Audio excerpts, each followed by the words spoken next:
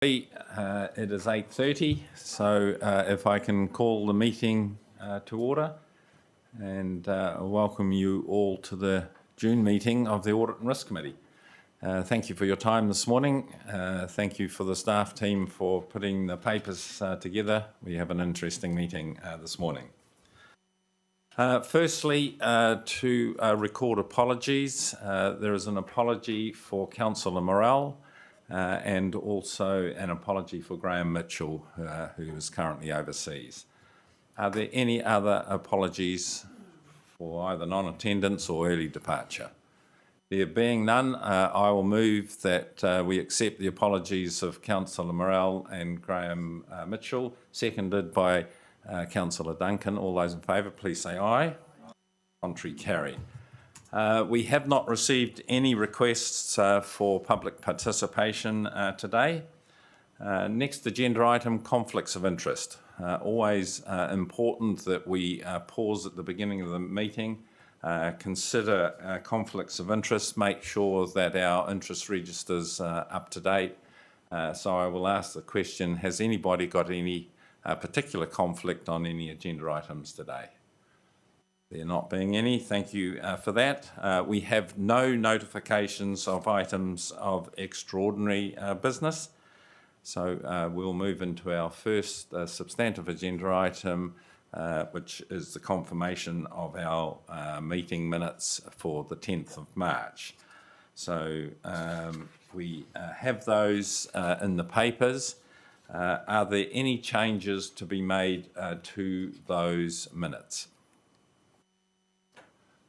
No, all right, so I'll move that the minutes for the meeting on the 10th of March are a correct record of that minute.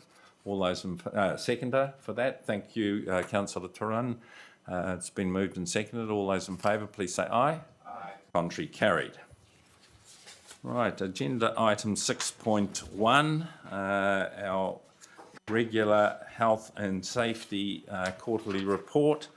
I will move that the Audit and Risk Committee receive this report for information. Do I have a seconder? Thank you, Mayor. It's been moved and seconded. Jerry, who's going to speak to this today? Sam? Sam, very warm welcome to your first Audit and Risk Committee, and we look forward to you briefly highlighting some aspects of the health and safety report. Thanks, Sam. Morning, Akoto. Thank you, Chair. So just a quick overview of the previous quarter. So it's been a relatively quiet quarter by comparison to previous ones. A number of factors involved with that. COVID could be a big part of that. We had one lost time injury as a result of a trip over a curb. So it was a stock standard hazard, I would assume, for many of our staff. Total injuries have kind of remained steady compared to previous quarters, so that's no big change there. Our near misses have decreased, and a big part of that is due to the restrictions placed on everybody throughout the quarter with COVID, fewer people at work during that time, so resulting in fewer near misses. This quarter we've decided to include threatening behaviour as something to report on. We've seen a gradual trend increasing over a number of years against our staff, and so I thought it important to highlight that and to also help inform our thinking going forward about what we can do. So we're arranging additional training to provide more tools and better resources to our staff to be able to both deal with threatening behaviours, but also how to de-escalate such attitudes towards our staff. Also, over the previous quarter, our internal compliance activities were reduced, things like ELT site visits as well as elected member health and safety site visits due to those restrictions as a result of COVID as well. But beyond that, that's pretty much a high-level overview of the report. Happy for any questions. Thank you, Sam. Any questions or discussions? Councillor Turan. Thank you, Chair. Yeah, my question was around the threatening behaviour, and I think it's good that we're including that. And I'm unsurprised that that is trending up based on the general correspondence that we seem to be getting a little bit of as well. Just asking around that, I guess, what exactly is captured by threatening behaviour, and is there much concern that this could escalate from just being threatening behaviour to something that is actually putting our staff actively in danger, and what sorts of contingencies, I guess, do we have in place for if that does happen? Because I get the real sense that this is going to get worse before it gets better. A really great question. Thanks, Councillor Trillin. Primarily, the threatening behaviour that's been coming through is verbal abuse, swear words, cuss words, just some nasty language being thrown at our staff. It hasn't gotten to the extent of physical threatening behaviour, but certainly I can appreciate that there is the potential for that to occur in future. I can't answer what contingencies we have in place. I'll have to come back to you on that one, but it's certainly something that, of paying increased attention towards. As you say, we have had a lot of vitriol thrown at our staff for quite some time now, and just trying to figure out what could the next steps be for us. And just adding to that, obviously this report comes up to the end of February. Do we have any sense, even if we don't have the formalised data yet, whether or not that trend is continued and we're still seeing those problems in recent months? It is, unfortunately. Sam, the 3 years that I've been involved in receiving these health and safety reports, we're starting to see a real improvement and a reduction in the number of incidents amongst the contractors, the main 3 or 4 contractors that we monitor. Is that your take on that? Are we seeing they're starting to get the message, the contractors? I think there's a range of things that's kind of contributing to that. One is we're seeing a lot more contractors having ongoing conversations and proactive conversations with their staff and with us as the principal towards those contracts. So the likes of Downer, they're starting to include us a lot more, or our team a lot more in their health and safety side of things. And just from the wider side, I think there's becoming a much better appreciation of how to keep yourself safe and all of the inherent risks.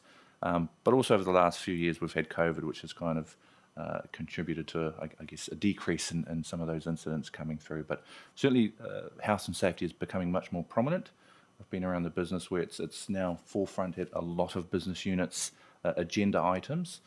So it's becoming much more accepted compared to previous years, where it was kind of one of those things that people hated. Well, I guess they still do. Councillor Ford. Thank you, Sam. I just had a question around the threatening behaviour. Is the online social media threatening behaviour captured anywhere? I know when we're responding, it's normally Porirua City Council, but there is a lot of threatening, reactions that come through online. We've not so much explored the online threatening behaviour space yet. We have had conversations with the likes of our recreation staff who tend to be more active in the social media space, a lot younger, and so are a lot more exposed to those kinds of behaviours. So we're starting to explore some of the more online space now. Through the chair, we have a people safe system in the council that staff are encouraged to record any health and safety incidents. So if they received a threatening email, we'd expect it to be entered into that system. So we've got a record of it and we can take it from there. So that's the way we sort of treat it if it happens at a staff level.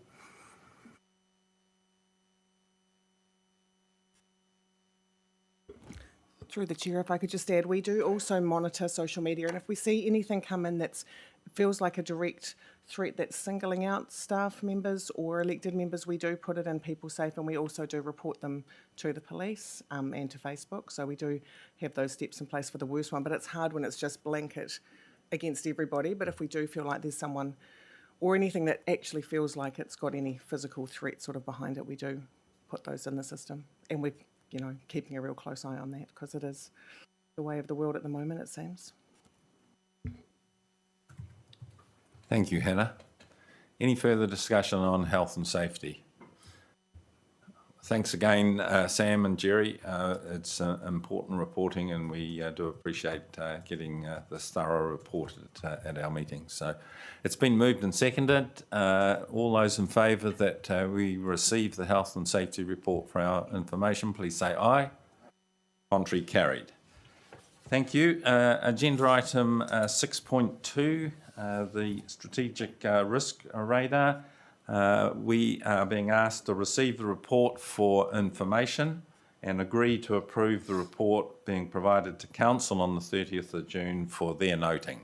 So I'm happy to move in that regard. Do I have a seconder? Thank you, Councillor Duncan. It's been moved and seconded, so it's open for discussion. Alison, are you going to lead us through this, please? Sure, thank you, Chair. Look, I'll take it as read. I think the previous conversation just shows that global risk around social cohesion erosion is, plays out. I think that people are just agitated more in general. So look, it's a challenging environment, I think, that we're operating in the moment, and I've tried to reflect that in the executive summary there, just around the sort of global and domestic risk challenges. For councillors, when we've discussed this at ELT, a lot of conversation around the workforce risks, but also just around that, economic uncertainty and growth pressures, supply chain issues, and then I guess that all just sort of collectively increases the risk around service delivery failures. Happy to take any questions on it. Thank you, Alison. Councillor Turin. Thanks. Yeah, I was wondering if you could just elaborate a bit on the nature of the supply chain impacts and how that's going to, how much we know, I guess, in terms of the degree of impact that's going to have on our ability to deliver what we're trying to do. Andrew, you might be a bit closer to answering that one than me. So the areas I deal with, if you think about it, are Wellington Water, who have an alliance panel of contractors, and the amount of work we've given Wellington Water, along with other councils, in terms of capital, is doubled and will double again. And so they're trying to build up their capacity, and then you've had COVID come along, and supplies are hard to get. But those alliance contractors have used their brains, and I'm not saying they stockpile, but they have various mechanisms to make sure there's a supply of pipes or wood or steel or whatever else. So they certainly have difficulties, but this financial year, which ends on the 30th of June, Wellington Water's done really well at having the materials in place to actually replace pipes or build whatever they need to build.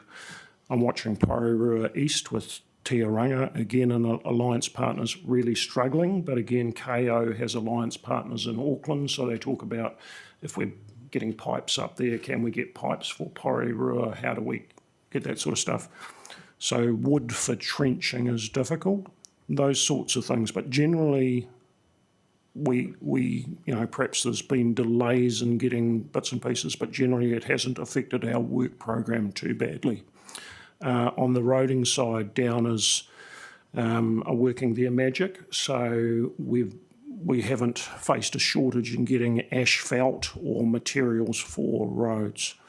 Where it has come into impact us is things like the wastewater treatment plant, where the capital improvements we've been having there in terms of hydrological upgrades, there have been componentry that we just haven't been able to get. It's had to come from Europe. It's on a ship. It might take, instead of taking its normal time, it'll take an extra 2 or 3 months. The cremator, we had some difficulty. And then we're talking, in terms of getting it up and operational, you have to do testing with somebody from Australia who couldn't get into the country and things like that. So we're going to have to keep watching it. But so far, in terms of what we've been trying to do, I think we've been quite lucky.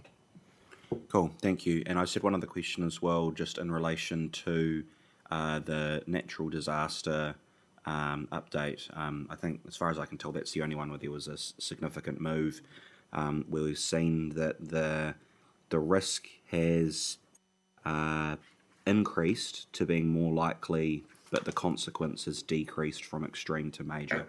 I was wondering if you could just talk us through the detail of that. Sure, through you, Chair. So look, that's just being reflective of the criteria. So I think we're seeing more of the intense flooding, rainfall, and it is more likely that we're going to see at least one of those events a year. We've already had a few this year, so it's just setting it up with the risk criteria that it's more likely we will see those sorts of events which fit under natural disaster. But with not necessarily an extreme impact, but certainly a major impact on activating the EOC and responding, and, you know, sort of services that are required to respond to that. And so, in terms of the reason why it's decreased from extreme when we had it at extreme before, is that because we feel council is now in a better position to be able to deal with these sorts of things because of our own work program, or is there any particular reason that's decreased? Again, it's just if you flick to the back of the report and it's got the criteria for extreme and major, it just fits more reasonably in a major consequence than an extreme one. But yes, definitely for those events, we have a pretty good team that are responding to them now. Yeah. Councillor Duncan. Yeah, thanks, Alison. Mine refers to page 23, the insurance liability risk. An increase in rainfall events increases likelihood of property owners looking to hold council liable for erosion slip issues. Is this a grey area? And if so, how firm is the ground we stand on, figuratively speaking? Through you, Chair.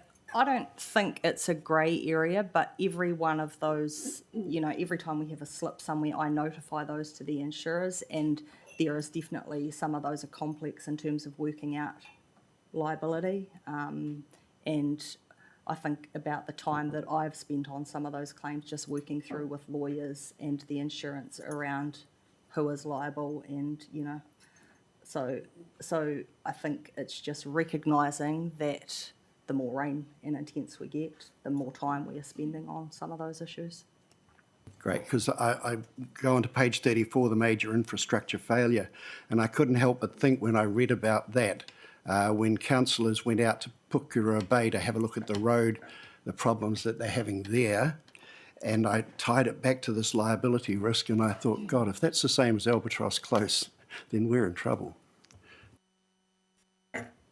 Yeah, look, it's a really challenging environment, and we don't currently insure our roads, we don't insure our land, and so, you know, sometimes you're talking about liability as in we need to fix some of our things that impact on us, but yeah, so it can be a really challenging environment to work through.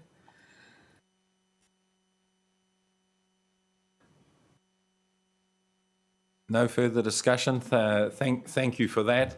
I think it's very clear that this is a very alive document that needs to be sort of updated regularly.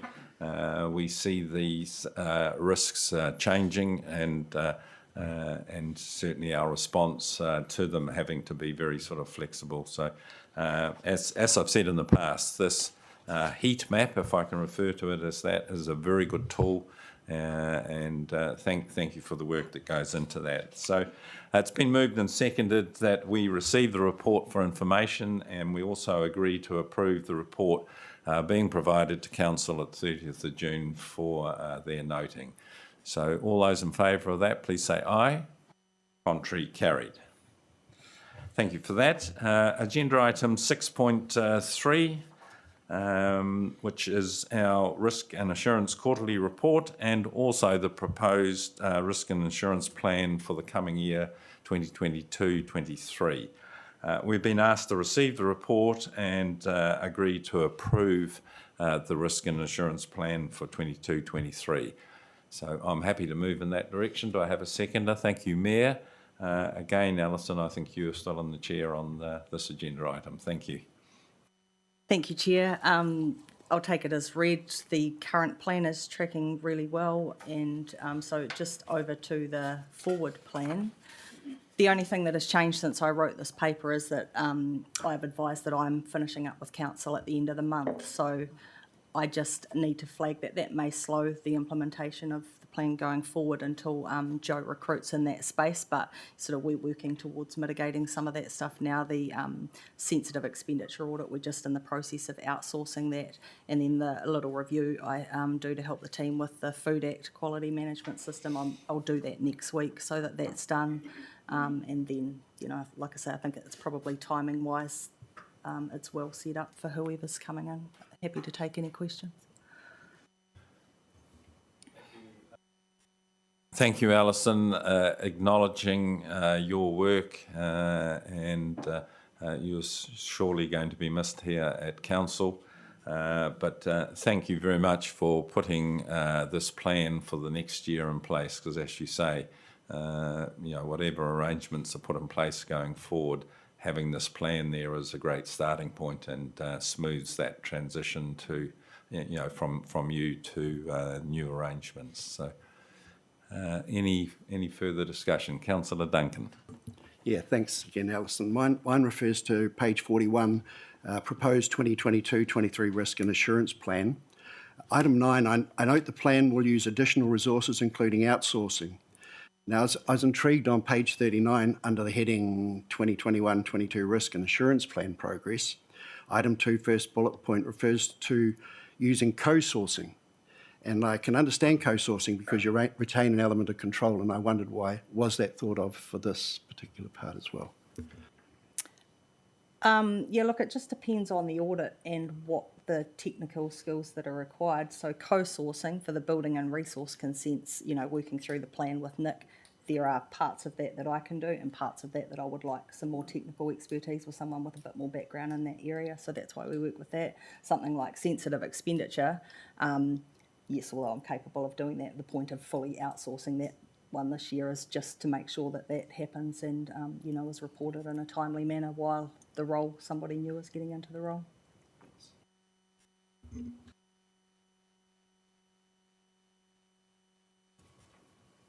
No further discussion.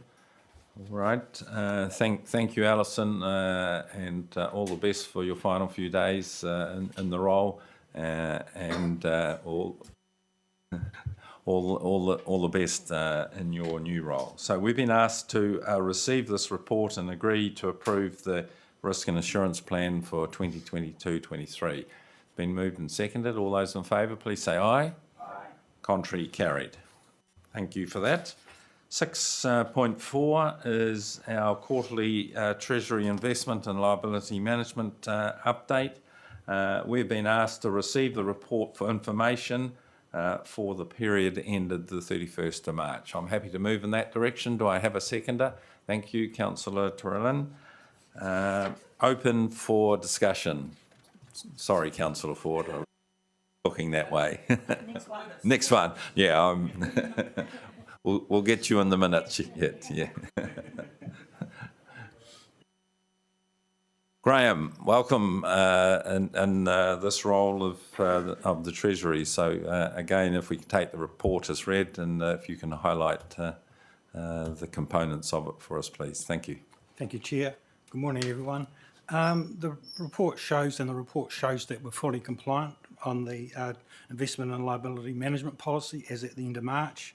The highlights through the period from the last report was in terms of that we've drawn down 15 million of debt to enable the pre-funding of the repayments of debt in the next 12 months. There's some in December 22 this year and some in April 23.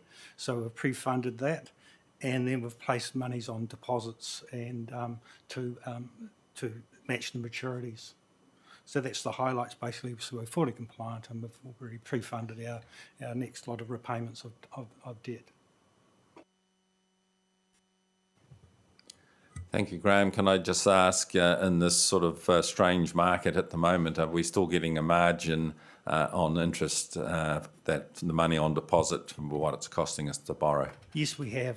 In terms of these deposits, we got a slight margin on them in terms of we borrow from the LGFA, so it's quite a bit cheaper funding, and we place them back with our retail deposits through the bank, so we slightly get a slight margin. Yeah.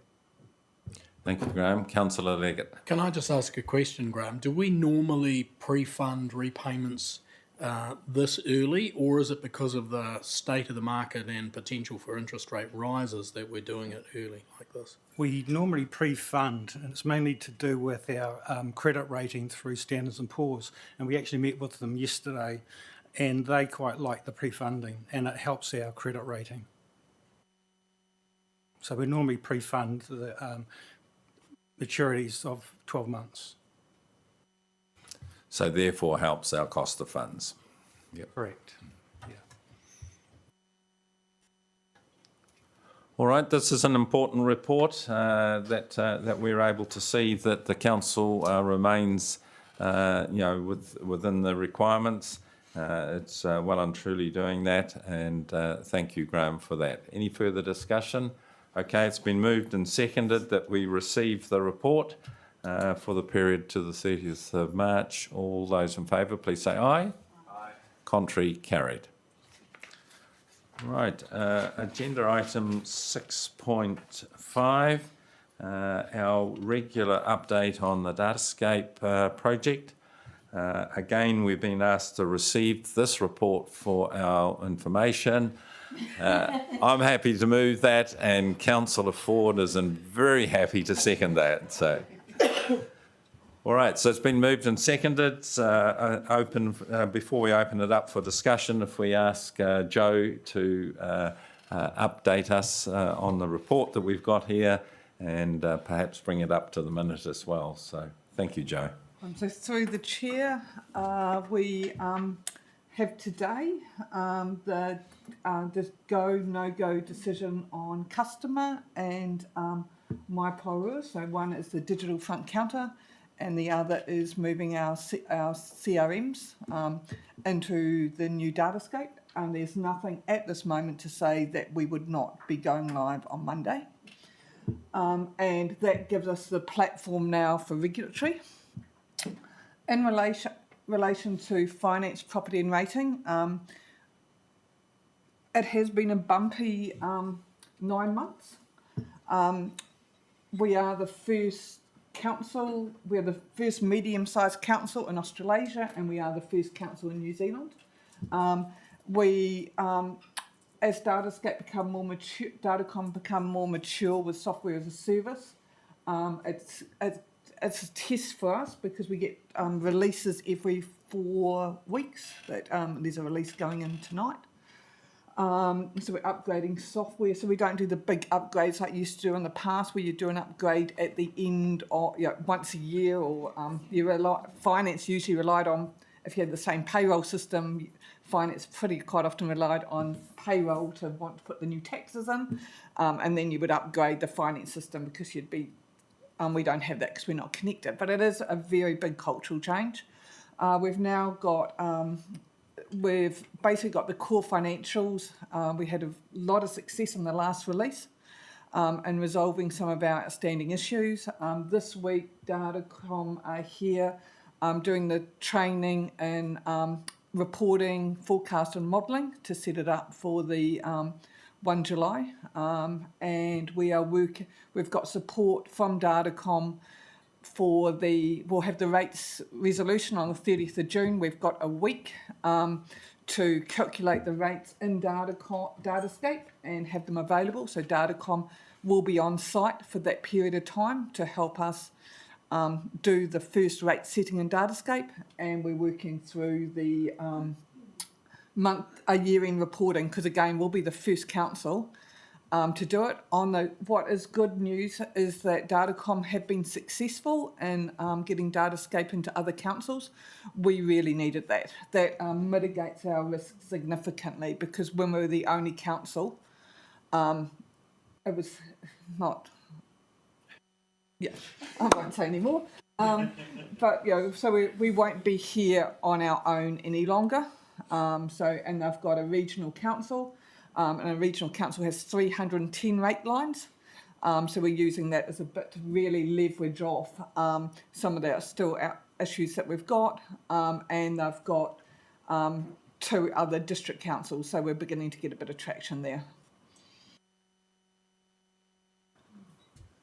Thank you, Joe. I think it's important that the Audit and Risk Committee is informed and acknowledged that the huge effort that's going on with this project, principally within the finance team, but I think across the organisation more generally than that. Because, a lot of this work, a lot of the pre-testing, is having to be done on top of business as usual activities, and certainly in the finance area, transactions are inputted into two systems. So they're going into the old system as well as the new system, and then detailed reconciliations between the two to make sure that the new one's sort of working appropriately. So last week when I had a briefing, I inquired, is there light at the end of the tunnel in this process? I think tentatively the feeling was towards the end of this calendar year, we should start to see some sort of light. But, there's huge pressure on the staff team in putting this in.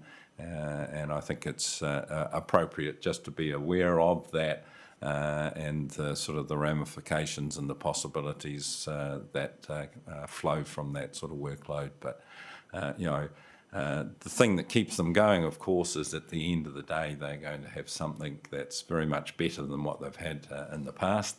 And in fact, it was a no-brainer because the current system was no longer going to be supported. So, we had to move forward with something new, and this is what was chosen. And I'm sure at this time next year, we'll think that it's very much better than what we had in the past. So. Joe, pass back, please, to the team, our good wishes and appreciation for the work that's been done in bringing this project home. So, I'd really appreciate that. Thank you. Any further discussion? Councillor Turlin. Thank you. Yeah. So you just question for Joe, wondering around. So you said there's quite a narrow window we have for our rates calculation, and just in the report it notes that there have been absences that have caused delays due to COVID. And I just wonder, is there any risk there that we need to be worried about with that relatively narrow window? That's why we're working with Datacom, and we have to actually plan that we may not have people. And working with Datacom to make certain that we've got support from Datacom and ourselves through that period of time. So that risk has been there the whole way through. One thing we did with finance, we didn't have many opportunities on the date setting, on the date we go, but on the other modules which aren't so time critical, there was always the one for my Porirua and customer that we did have the opportunity to push it back if staff were away through that time. But at the moment, we're on track. Councillor Duncan. Yeah, mine just is in the financials column in the project exceptions report under the actual life to date. I'm not sure that adds up properly there. Oh.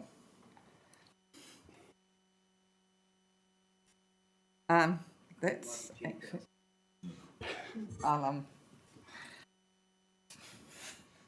Can't comment any more on that.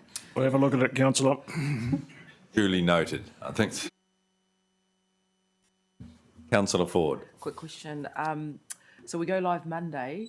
What happens, devil's advocate, if it crashes? Do we have a back? We go back to what we used in the past. Okay.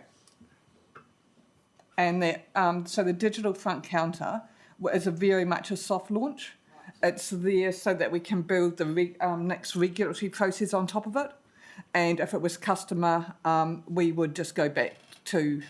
We've got a lot more choices to go back in customer than what you do in finance.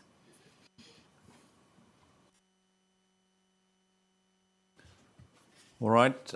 Thank you, Joe, for that update. Thank you, Audit Risk Committee, for the discussion. Another very important agenda item, and we'll continue until this completely beds down to get a report at each of our meetings. So it's been moved and seconded that we receive this report for information. All those in favour, please say aye. Aye. Contrary, carried. All right, agenda item 6.6, the interim audit status update. Again, we've been asked to receive the report for information. I'm happy to move in that direction. Do I have a seconder? Thank you, Mayor. It's been moved and seconded. Just prior to opening it up for discussion, if I firstly go to you, Joe, in the absence of Peter, to just briefly talk through where things are at with the interim audit, and then I'll go to Sam. So this is the first audit in Datascape. usually at this time of the year you would see that most of our indicators were in the past historically been green. We have got some amber there as we're working through the implications of Datascape, and our timing is slightly behind, but we do believe we're working with EY to be able to meet the requirements. But I think it does reflect the changing environment that we're operating in. Thank you, Joe. Sam, thank you for your concise and informative report. Would you like to sort of add to that before we open it up for discussion? Thank you, Chair. I think the previous agenda item really provided the context which Joe and the team are working in, and that impacts many parts of the business, including how the audit works together. There's some amber in our report, and it reflects our overall status. That really reflects that we didn't get through as much work as we'd planned to with Joe and the team due to some resource challenges and timing. Prior to this paper, we had a good discussion with Joe and Peter on how do we put together a successful timetable and work together, and Porirua has made real efforts in getting the information that was outstanding across to us. There's probably a dozen items as it this morning that we're still waiting on.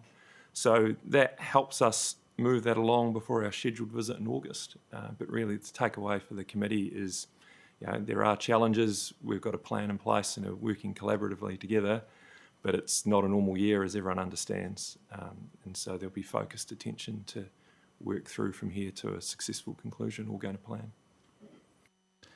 Thank you, Sam. Sam, can I just understand why payroll and employee entitlements and sensitive expenditure are amber? Are they impacted by the Datascape project? So, or is there something else driving that amber light on those two? It was provision of information. So at the date of this paper, we had a few open queries, Warren. So pleasingly, there's no red. So we haven't found issues. It's a product of timing, running down those last things, and resourcing, COVID, other challenges have meant that where we would have otherwise completed the work like we had in previous periods, we hadn't. Right. And so there's effort to remediate that. And second question, Sam, those key timelines, the milestone dates, you're comfortable that they're doable, acknowledging that it's an election year, and to get sort of sign off on the financial statements before this current council changes is important. But I know throughout the sector in New Zealand there are some real challenges in getting those financial statements signed off this year. Yep. It's an absolute focus. The status is amber because it's there's some element of risk in that for the context we're all working in, but we've been clear in our paper and status. We're working with Joe and the team, and if we think that risk is emerging as more likely, we'll be very clear in communicating that early. Thank you, Sam. Any other questions or discussions on the audit? Councillor Leggett. Don't apologise. Sorry, my ignorance. What's CRIS 21? Payroll system. Oh, it's that payroll. Okay, thanks. And just as a secondary thing, then, what you've talked a number. What's the biggest risk going forward of us not being able to? That you see the biggest risk? Yeah, look, we're challenged as an industry of auditors around resourcing, so we're very finely balanced in our timing. So Porirua needs to be ready with the information they know we require ahead of that kick-off date. Otherwise, we've got a cascading impact that's more difficult than a normal year for us to manage. Right. Thanks. Sam, one final question from me. A big item this year in the audit is the revaluation of the Three Waters infrastructure. Big uplift in the valuation that's been received. So you're continuing to liaise with management and ahead of coming into August to sort of be across and on top of your work in that regard. Yep, that's right, Warren. So the paper we note, Council received it on the 9th of May. They've since advised that they've completed their internal process and our work's ongoing. Excellent. Thank you, Sam. Wish you all the best in the sort of coming months as the audit sort of closed out. So thank you for that. No further discussion. We've been asked to receive the report for information. It's been moved and seconded. All those in favour, please say aye. Contrary, carried.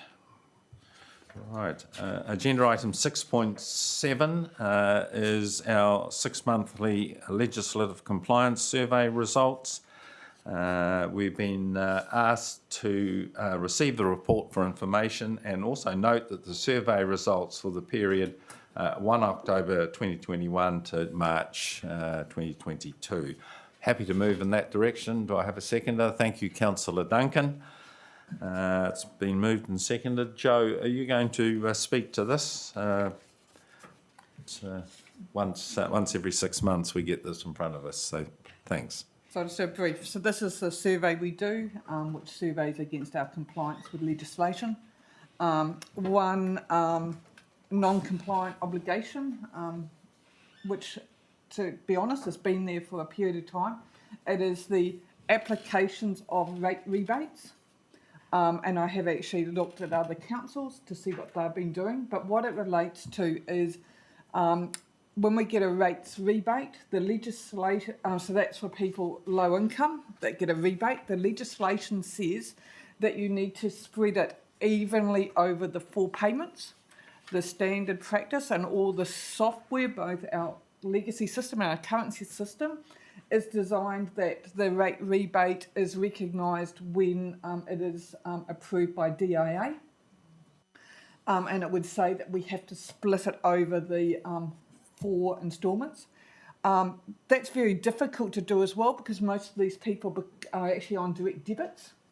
So that the direct debit is actually a set amount during the year.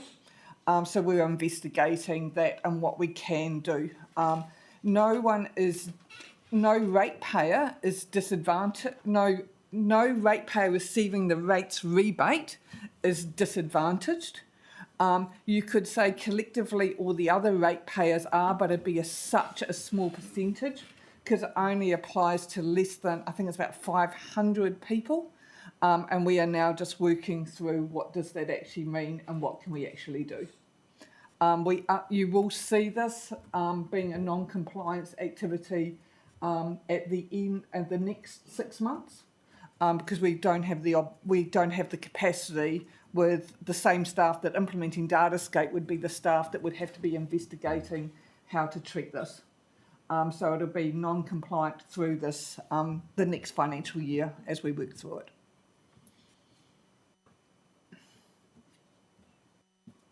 Right, any discussion on this? This is a process that involves a large percentage of the staff team.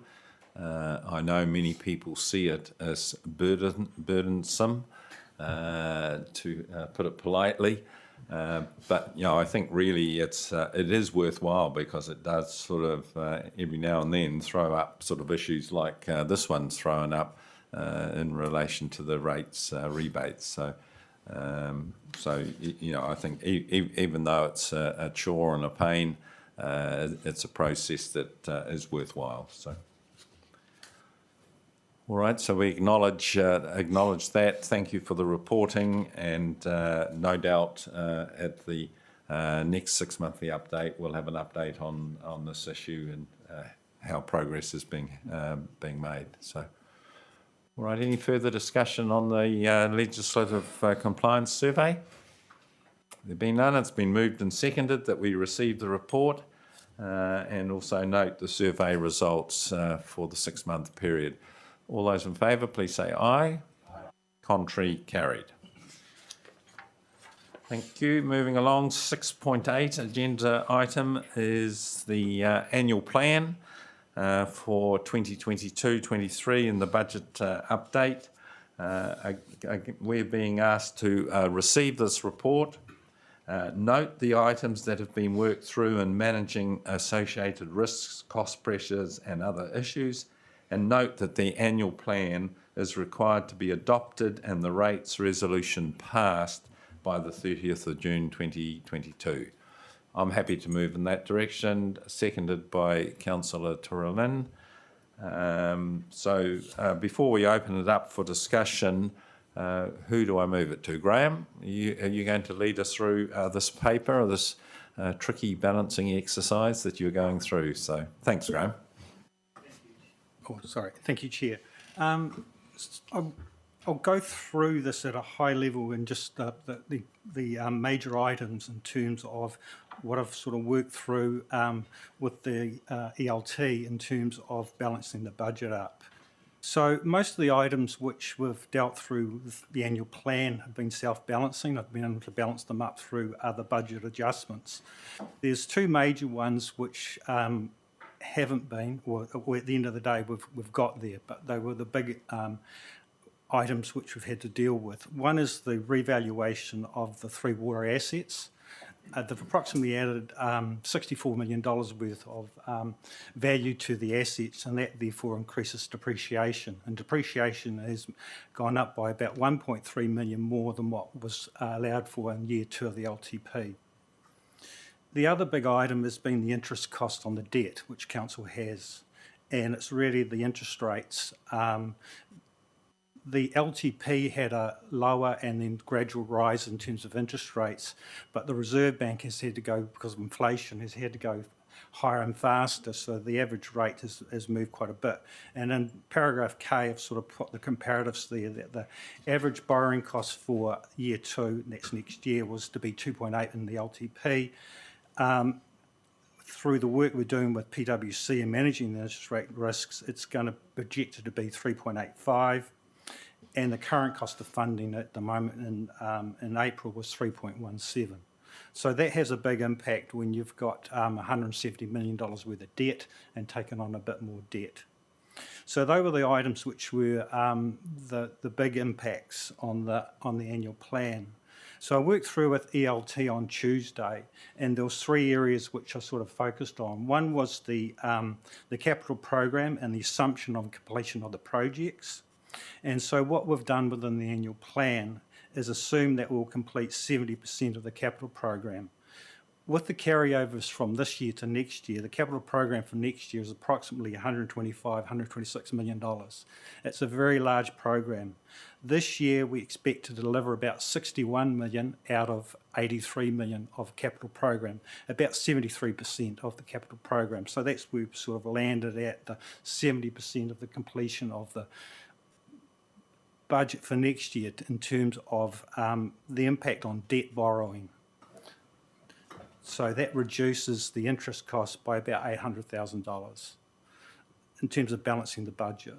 The other areas which we looked through and went through with the LT was some of the revenue assumptions which were in the base annual plan. And they are light in some areas, so we believe that we can balance it up through some additional revenue. That's more volume. It's not the rate. It's the volume of the fees which we're currently getting, and that's probably about another $600,000. And then the item which I've sort of highlighted there in paragraph L was the last thing, was a review of the expenses. So our expense base is $128 million next year. That's all expenses. And when I was looking at the other expenditure, because I was looking at the risk of delivery of the annual plan, I nailed it down by taking out staff cost, depreciation, interest, contracts over 100,000, and these insurance and levies and power and that. And it brings it down to about $20 million. So we need to save about $2 million. So it's quite a large number out of that $20 million. But we, this year, have some under expenditure through various reasons. So what I was trying to look at is that that's the area we can easily target. It's quite a large number we would have to save in that, but if you take the overall expenditure of 128 million, you've got to save 2 million out of 128 million. The risk is not large. So what I was trying to work through in terms of the annual plan was what is the risk of the delivery of the annual plan. I think we went through with ELT on Tuesday that we can deliver the annual plan, but there's more work we need to do with the budget managers or with ELT in terms of taking those late adjustments and getting them into the various business units, and that's what sort of working through with the LT on. So I believe the annual plan, there's not much risk in terms of the delivery of it, in terms of the way it is and it's balanced, but there's some work which we still need to do in terms of allocating those adjustments into the businesses. And the last item there is was some favourable benefit through the rates, and that's not because of the rate increase, because we're sticking to the 7.65 for existing ratepayers, but it's actually through the growth. And we've had some additional growth in this current year, so that means the base is already higher to leverage off.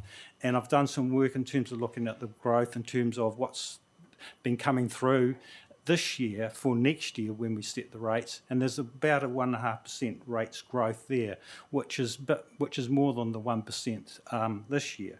So this has given us some additional revenue as well to help balance off some of those budget pressures in terms of what we're facing elsewhere within the business. The last item sort of want to make a highlight around is the paid parking suspension. I've assumed because that it's been suspended into March, that the cost this year to the LTP is about $500,000, because we will start the paid parking again from March. And from a balanced budget perspective, it's important that we have that for the 23-24 year, which is the following year after next year, because that's the year we said we would balance the budget for council.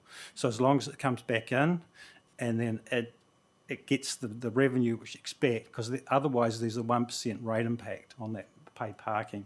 So when I balance the budget, I've balanced it using the balanced budget of $3.5 million loss, and then increasing that by the $500,000 to the $4 million, which is in para 8, in terms of balancing the budget for next year on the annual plan. Thank you, Graham. Joe or Andrew, anything you'd like to sort of add to that before we open it up for discussion?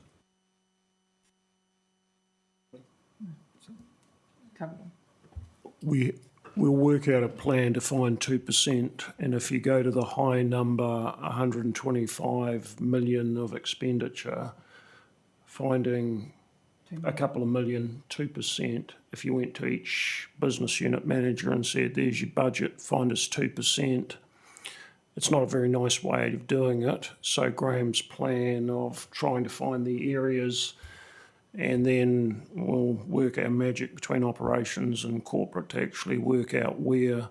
But I think come 30th of June, you'll be in a position that when you see your annual report anyway, you normally you haven't gone over an expenditure. So remember, this is a plan, and it's about balancing a budget. But from an operational perspective, we're all about delivering a level of service and building capital items, and we're in a strange little environment. So pretty comfortable. There's a range of things in there, but again, we'll work our magic to get to the end of the day that we're delivering what we should be delivering. Mia, thank you. Sorry, are our storms at the weekend going to throw any of these budgets out, or it's just going to throw next year's budget out?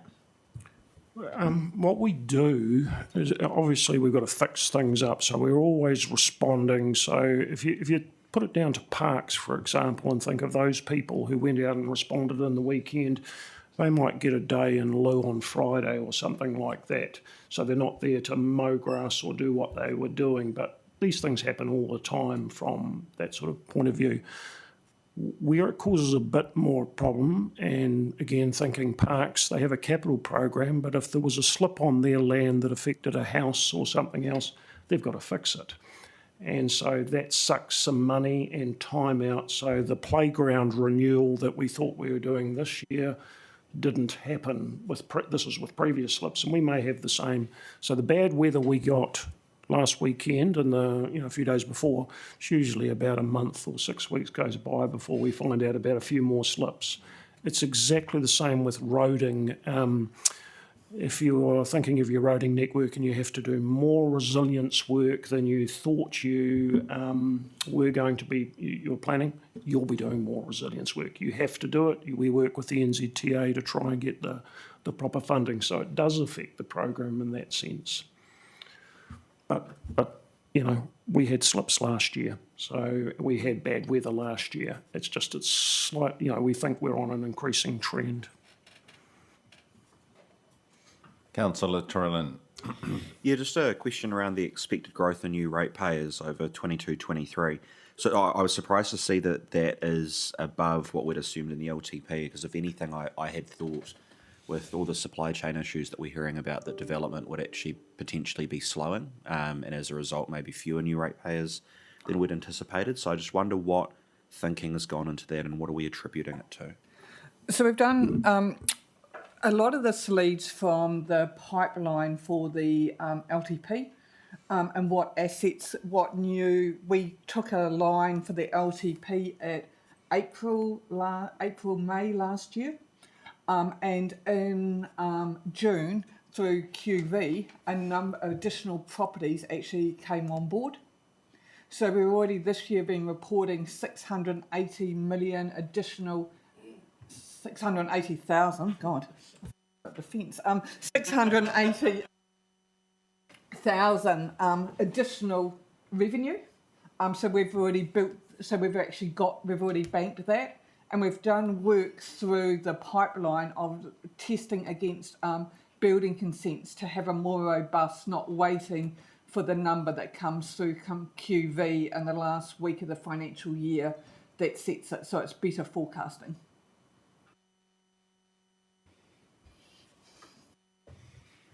Councillor Leggett. Thank you, Mayor. Can I just ask about capital expenditure? I know what makes us, this is a positive thing probably, because I find it hard to believe if we're only going to do 60 million this year, and you're just talking 73%, 70% making an assumption, but the carryovers make it 125 million. There are going to be issues with supply chain and all the rest of it. What makes us believe that we can, what makes us assume that we can complete 70% of 125 million, which is like $86 million when we've only done 60. We're only going to do 60 this year. I mean, that's a positive for the budget potentially, but for next year, but it's a problem for future years. Through the chair, 73% overall this year. So we did debate, you could go take it down to 65 and, for a budgeting purpose, but 70%. Your biggest spender is Wellington Water again, and if you look at that table, there's that top line capital program, 3 waters. Your full year budget is 39 or say 40 million. Some of that money isn't Wellington Waters. Some of it relates to Porirua East, where, remember, the government was doing infrastructure, but we put aside some money. So it's just seasonalisation. They haven't started they've started the planning for Bothamley Park Sewer, but what are we doing with our money? Well, we seasonalised it. It's taking a bit longer. We'll just carry it over. But within that 40 million, Wellington Water's delivered for you this year. Now, we know some of it was strange because of the Parramatta pipe sewerage work, but that was, we rejigged work. But they really have, their contractors have been extremely busy in Porirua, and I understand throughout the region we're the council that's done the best out of contractors actually delivering those capital programs. So if the capacity and the gearing up keeps going with Wellington Water, your biggest spender will continue to spend. And then the trickle-down effect is then the other business units. Roading hasn't had such great delivery over the last few months. We've struggled a bit for a range of reasons, but there's quite a program of work coming on board that I think it will pick up. So I'm again reasonably optimistic that in a year's time we're going to be looking at a 70% overall capital spend. If you're confident, yeah. that's fine. I go back to it's a plan. Yeah. And we can't, there's some specific legislation that says you can't be held to account, but you've got to have a sensible plan that balances the books. And you go back to Josh's question about supply chain delivery, there's quite a lot of text that comes through about we're having COVID problems, supply chain delivery, but at the end of the day, Wellington Water's actually built stuff for us, replaced stuff they've got there. optimistic. Just, Graham, following on from that discussion about supply chain, certainly a lot of the other entities that I'm involved with are being swamped at the moment with requests for price increases from their suppliers. So, have you been relatively conservative in your estimates at sort of price inflation and the impact it has on the plan? So, Andrew or Joe. Through the chair, again, if you think of alliance arrangements and contract arrangements, we do allow for inflationary cost pressures to be taken into account, but we build those into the larger contracts, and things like road sealing and things like that, there's always a percentage adjustment, but we negotiate those things through. Generally, I talk about we might be getting a bit less because of, in terms of the extent of the work done. If we thought we were going to seal 3 kilometres, we might be sealing 2.8 or something like that, but that's the way it works out. And the big impact that you really see through this is because the method of the revaluation of the 3 waters, that immediately put that cost pressure in the depreciation lines. That was part of why Graham's done all this analysis to see that whether we could actually whether the risk was too high or not. And so we're comfortable, we know there's risk, we know it's going to be tight, but we do believe that we can actually live within it. Because that was a substantial increase in the valuation, wasn't it? 65 million, where, based on the Bill indices and the LTP, you were looking at 13. So, that's a big change in 12 months, and, the depreciation charge that drives off that. So. And part of it is being really transparent on what these impacts are as well. Yeah. All right. Any other discussion, questions on this? As the acting chief executive at pains to point out, this is a plan, and a very, very difficult exercise in the current environment to be doing this. I think we acknowledge and appreciate all the work and the effort that's gone in, and the analysis and the understanding and moving things around to sort of maintain the rates at 7.65 and also balance the budget. So good discussion, great work, and I hope this goes forward to council for sign off. Okay, so it's been moved and seconded. All in favour, please say aye. Contrary, carried. Thank you for that. I'll now move a motion to go into a public excluded session, and that we allow Sam Nicole from EY to remain for this part of the meeting. We've got one small item to cover in public excluded. I'm happy to move that. Do I have a seconder? Thank you, Councillor Ford. Moved and seconded. All those in favour, please say aye. Contrary, carried.